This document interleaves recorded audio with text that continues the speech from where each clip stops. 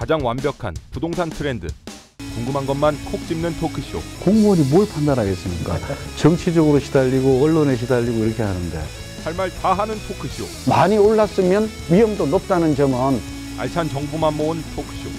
리얼 직격 부동산 토크쇼. 찍덕찍덕. 자, 이번에는 심층 진단 시간을 좀 가져보겠습니다. 오늘 다룰 주제는 아무래도 올해 부동산 시장을 좌우할 그 가장 핵심적인 요인 또는 변수가 되겠죠. 자, 이런 게 어떤 게 있는지 좀 한번 짚어보도록 하겠습니다. 자, 올해 시장 전망이 참 어렵다. 전망을 하기가 매우 어렵다라는 말이 참 많습니다. 이게 도대체 잘 모르겠다. 안개 속이다. 전문가들도 참 어떻게 보면 좀 몸을 사리는 듯한 이제 그런 모습을 좀 많이 보이는데, 자, 올해 부동산 시장 물론 변수가 좀 많죠, 사실은. 네. 내부적인, 그러니까 시장 내적인 어떤 변수, 또 외부적인 요인 이런 것들이 상당히 좀 많아 보입니다. 자, 오늘 어떤 것부터 좀 한번 짚어볼까요? 네, 그래서 올해 시장을 보면서 저도 이제 질문을 얼른 신 교수님도 비슷한 입장이신데 두 가지가 생각이 나요.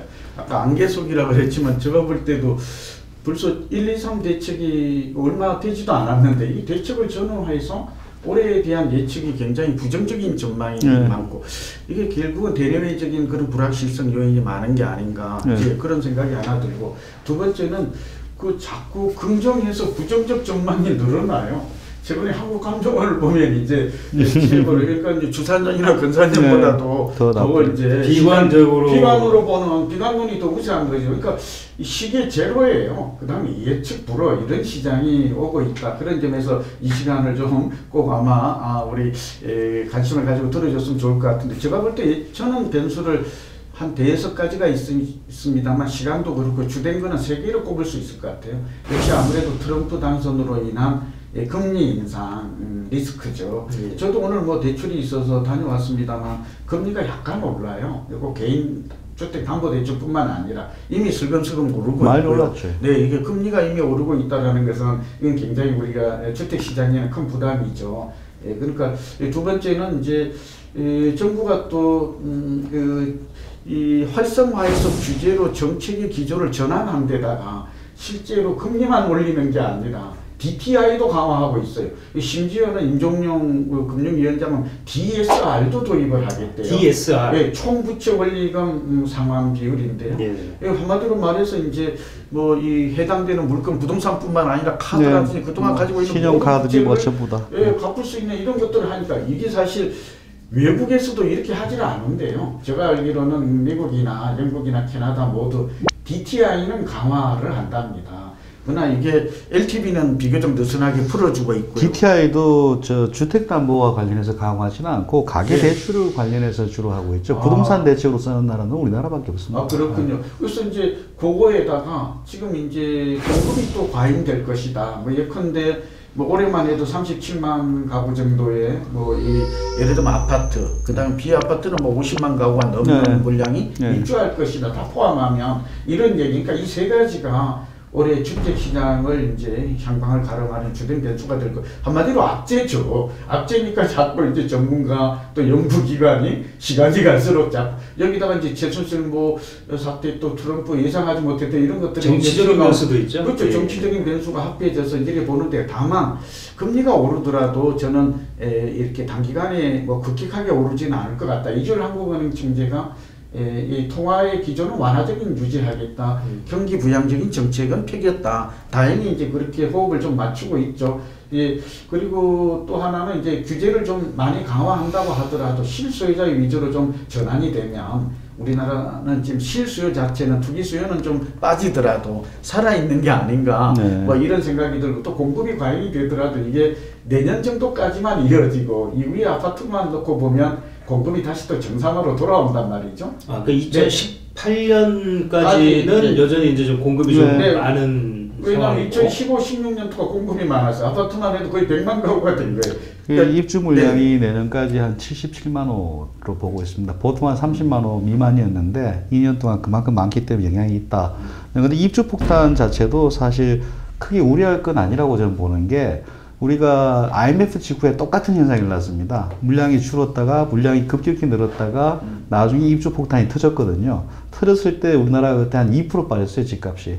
200만 원 이후에 집값 빠진 거는 거의 없는 3개년밖에 안 되는데 그에 빠졌어요. 근데 그것 때문에 빠진 영향도 있지만은 그때는 신용카드 사태라는 게 있었습니다. 그게 겹치면서 이제 2%까지 빠져서 전국적으로 조금 좋지 않은 상황이 있었다는 게 하나가 있고, 그러니까 이게 경제가 어느 정도 버텨주면은 큰 문제는 아니다라고 볼 수 있고, 또 하나는 이제 저 DTI나 DSR 같은 그 가계대출 규제가 좀 강화될 것이다라고 예상하는 게 많은데, 그 강화되는 게 저는 올해 강화 못할 것 같아요. 금리는 올릴 것 같은데. 왜 그런가 하면은 지금 미국이 이제 딜레버리징을 제일 잘한 나라입니다.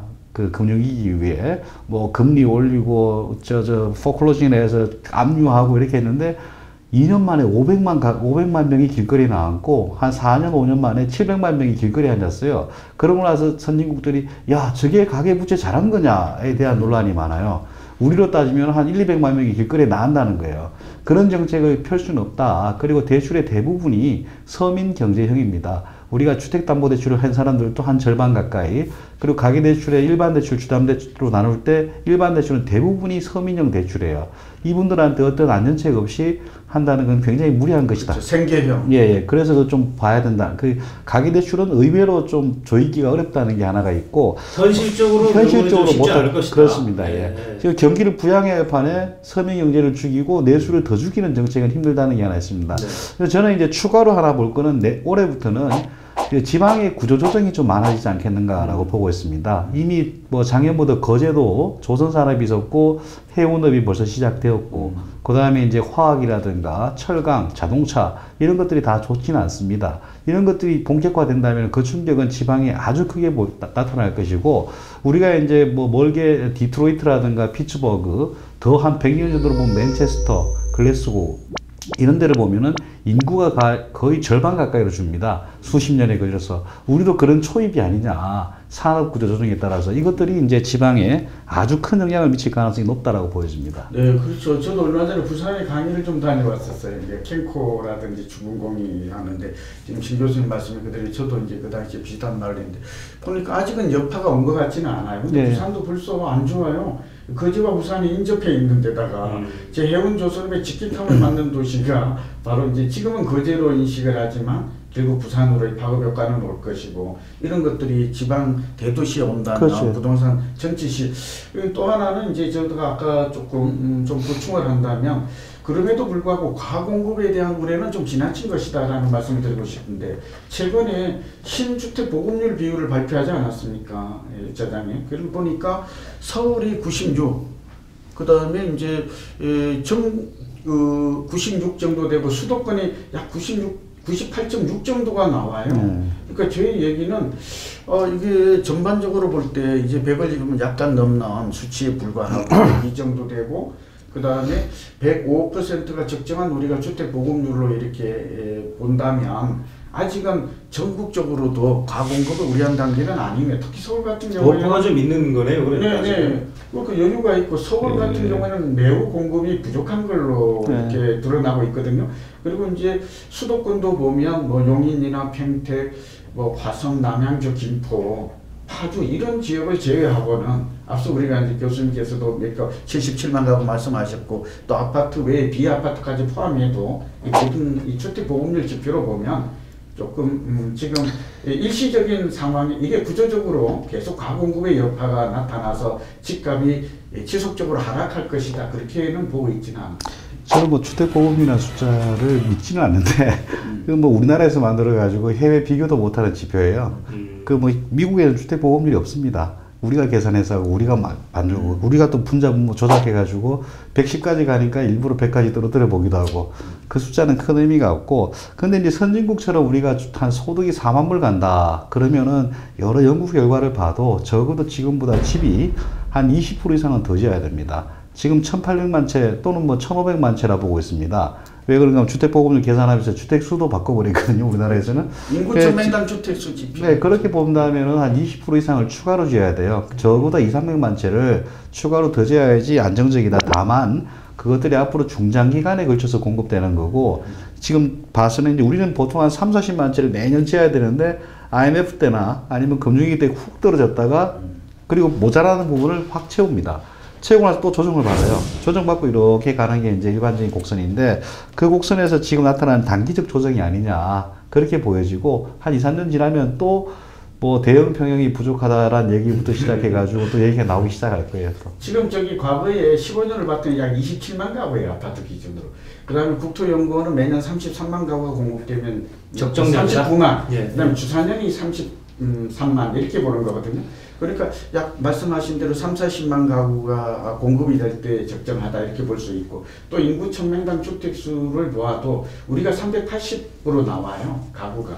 근데 이제 일본에 한 450대고 그런 거 보면 이제 교수님 말씀이 아까 한 20% 정도는 늘어나야 된다 근거를 거기서 찾을 수가 있죠. 그러니까 이제 좀 요약하면 아직은 우리 중소형 주택에 대한 공급도 좀 꾸준히 수요가 우리는 아직 인구가 증가하고 있지만 가구 분할이 계속 1인 가구가 또 증가하고 있는 점을 감안해야 되고 또 교체 주택 그러니까 오래된 낡은 주택에서 새 주택으로 갈아타려는 이런 수요도 있고 그 와중에 너무 중소형 위주로 공급이 됐기 때문에 이제 그러니까 대형에 대한 공급이 좀 부족해서 여기 수요도 살아나고 있다 이런 점을 좀 종합적으로 판단해야 될 것 같아요. 예, 지금까지 뭐 전국적으로 봤을 때는 공급 과잉에 대한 효과가 뭐 마이너스 1%, 2% 이 정도밖에 안 되겠지만은 당하는 지역별로는 굉장히 차이가 납니다. 예를 들어서 인구 10만밖에 안 되는 도시에 인구 2만 도시가 새롭게 생겨난다라든가 뭐 혁신 도시 같은 경우에는 그런 것들이 있습니다. 인구의 1, 20%가 이전하게 되면 원도심이 시장이 거의 붕괴가 되고 이런 지역들은 한 1, 20% 이상은 조정받을 가능성이 커요. 그리고 이제 수도권에서도 어떤 지역은 분당만 게 공급돼요. 분당이 뭐 한 10만 가구쯤 됐거든요. 분당이 공급됐을 때 성남시 집값이 한 30, 40% 빠졌습니다. 단기적으로. 물론 나중에 다시 올라갔어요. 그래서 단기적으로 지역적으로는 공급 과잉에 의한 충격이 분명히 갈 겁니다. 근데 전국적으로 보고 중장기적으로 봤을 때는 그것이 좀 해소된다. 그것도 양극화로 해소됩니다. 대도시는 제자리를 회복하는데 중소도시는 그게 제자리 회복하는 게 굉장히 오래 걸리고 잘못하면 회복 못할 수도 있다. 그런 측면은 유념할 필요가 있을 것 같습니다. 그렇죠. 중소도시도 그렇고 일본을 보니까 지방 소멸이라고 해서 일본도 도시에 우리도 비슷한데 지금 지방의 50% 정도는 인구와 소득이 오히려 감소하고 있어요. 이제 아마 지금 직접적인 영향을 받을 게 아까 산업구조조정 말씀했던 거제 같은 데가 대표적인 사례가 좀 될 것 같은데 그래서 지방의 중소도시 같은 경우에는 일본도 거의 80%는 20년 동안 그래서 이름이 소멸로 나와요. 우리도 인구나 소득이 감소하는 중소도시에 대한 이런 투자 이런 부분은 한번 유의할 필요가 있을 것 같습니다. 틱톡틱톡